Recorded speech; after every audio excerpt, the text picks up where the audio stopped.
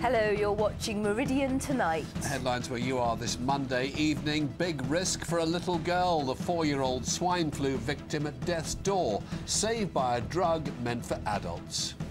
And a multi-million-pound grant to revive a resort's fortunes and create the country's only historic theme park. Well, it was once the jewel in the crown of a Kent seaside town, popular with tourists right across the southeast. Since then, it's been partly demolished and attacked by arsonists, but now Dreamland in Margate is set to be rebuilt.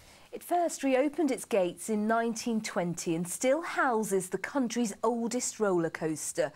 During the 1980s, it was known as Bembom Brothers, but the park closed in 2003 to become a retail and commercial site.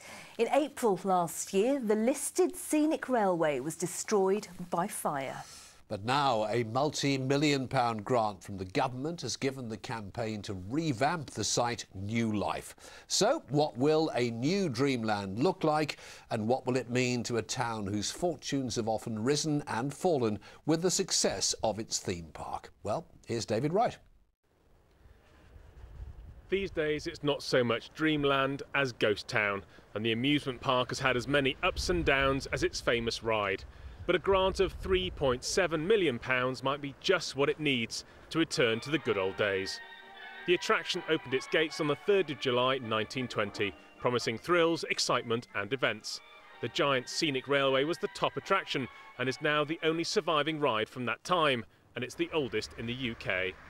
However, arsonists nearly destroyed the historic piece last year, but it's now central to the renovation programme announced today. Well, we've had many ups and downs. I suppose the biggest down was last year when there was an arson attack on the scenic railway, the listed roller coaster, which meant that we lost about 25% of it. But this money means we can actually rebuild that now, and I think that was the catalyst. That's what brought everybody together, and they've realised that if we don't act soon, we're going to lose what is one of Margate's most unique attractions. So the roller coaster may be back on the rails, but what about the bigger picture? Well, the Grade 2 listed Dreamland Cinema will also be restored as part of the plans, and eventually Dreamland will become a working museum, offering a variety of vintage rides and a taste of a bygone era. But that still leaves the work to be done on regenerating the town itself. What we're trying to do here is use the fantastic cultural heritage associated with Dreamland to create a really great amusement park relevant to today, so that we attract back the tourism that they enjoyed in times past. So, after nearly a century of thrills and spills, the roller coaster that almost symbolises Margate's fortunes will be returned to its former glory. And maybe it'll take the town along with it for the ride. David Wright in Margate for Meridian Tonight. Meanwhile, though, plans to revamp Southend Pier are in doubt after the government decided not to fund improvements there.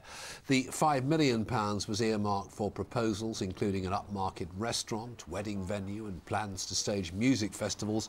Some of the money from the Department of Culture, Media and Sport went to Margate instead. Now a quick reminder of our top stories in the southeast this evening.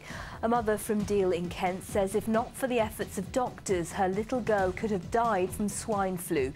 They gave her a drug normally used only on adults. And a multi-million-pound grant has been given to Dreamland in Margate in an effort to revive the fortunes of the seaside resort.